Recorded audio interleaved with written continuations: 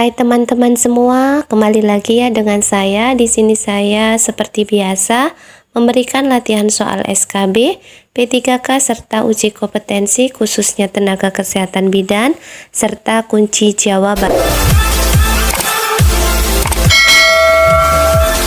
Soal yang pertama, Nyonya U umur 36 tahun, G7P5A1 segera setelah plasenta lahir lengkap, terjadi perdarahan, kontraksi uterus lembek, serta TFU sulit ditentukan.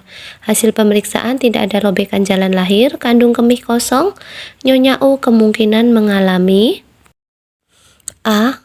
Atonia uteri, B. Ruptur uteri, C. Inversio uteri, D. Laserasi porsio, atau E. Laserasi perineum.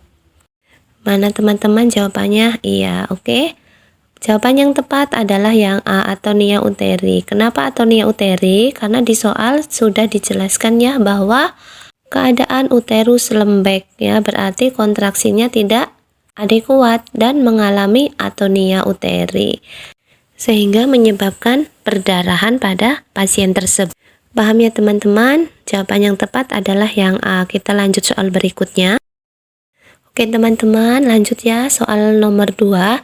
Nyonya A umur 24 tahun, G1P0A0, hamil 39 minggu, datang ke bidan mengeluh kenceng-kenceng, perut terasa nyeri yang sangat hebat, keluar keringat dingin dan gelisah.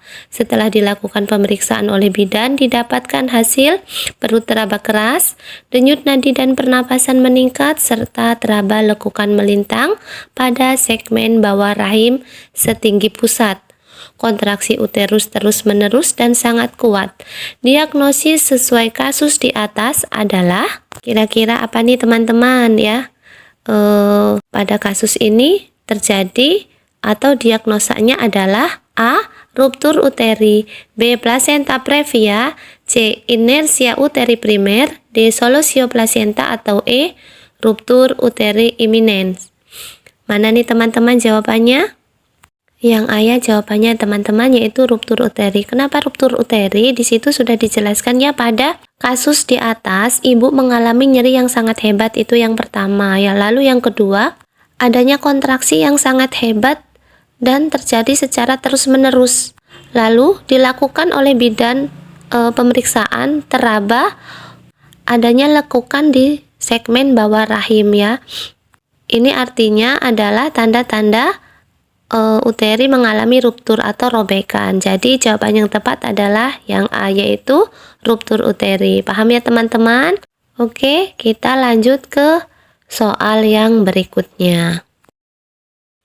Soal yang ketiga, Nyonya F umur 22 tahun, G1P0A0, hamil 40 minggu, datang ke rumah sakit dengan riwayat DM. Saat ini sedang dalam proses persalinan kala 2.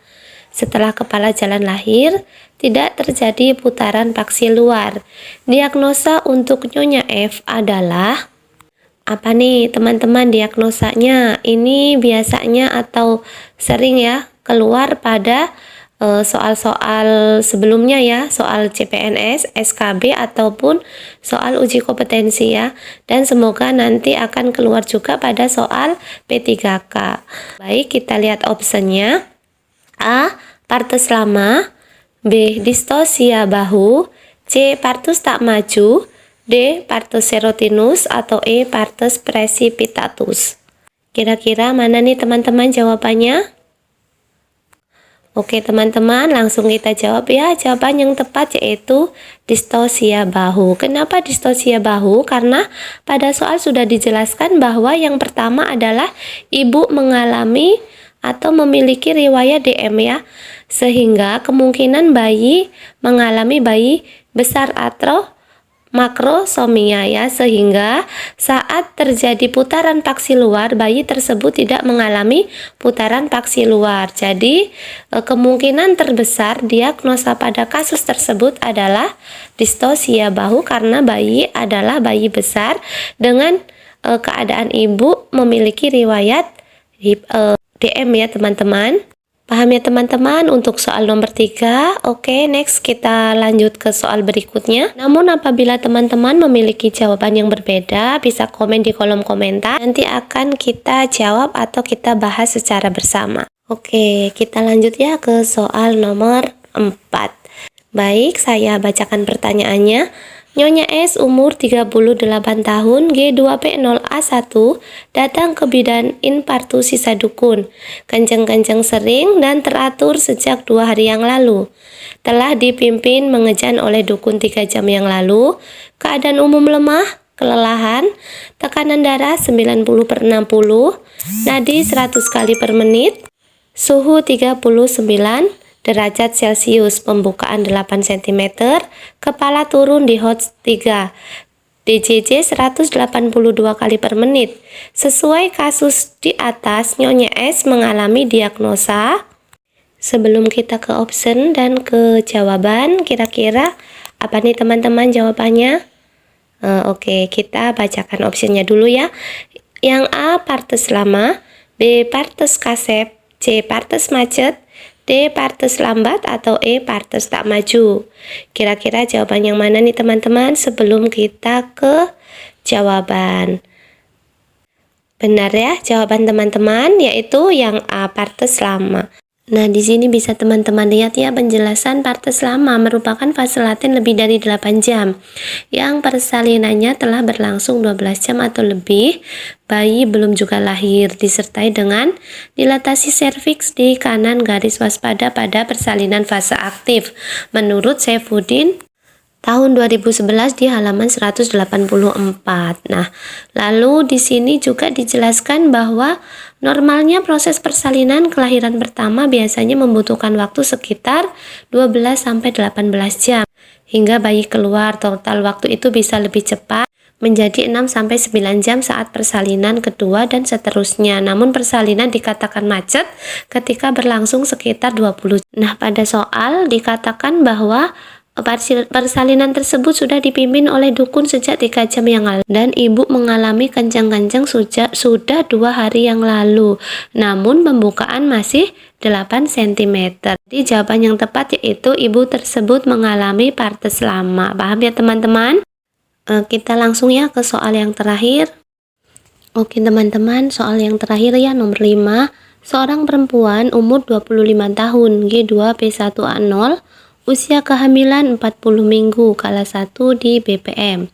Dengan keluhan sering mules, hasil anamnesis sudah keluar darah lendir, kontraksi makin sering, memilih berbaring, hasil pemeriksaan, tekanan darah 110/80, nadi 84 kali per menit, suhu 36,5 derajat Celcius, pernapasan 18 kali per menit, kontraksi 3 kali dalam 10 menit, lamanya 40 detik, denyut jantung janin 132 kali per menit dan penurunan 2/5. Pembukaan 7 cm, porsio tipis lunak, ketuban utuh. UUK kiri depan. Posisi apakah yang paling tepat pada kasus tersebut? Oke, langsung kita ke optionnya ya. A, duduk, B, posisi terlentang, C, miring kiri, D, miring kanan, atau E, setengah duduk. Jawaban yang tepat yaitu yang C ya, benar teman-teman semua, yaitu miring ke kiri. Kenapa miring ke kiri teman-teman? Nah, di sini saya menjelaskan bahwa dengan posisi miring ke kiri dapat memfasilitasi putaran paksi dalam. Tidur miring ke kiri membantu sirkulasi darah janin tidak terhambat.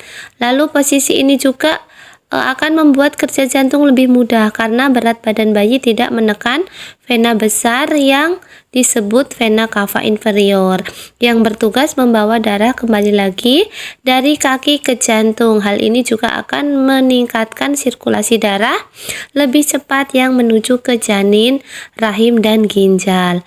Hal ini karena hati kita berada di sebelah kanan perut sehingga berbaring ke kiri membantu melindungi rahim.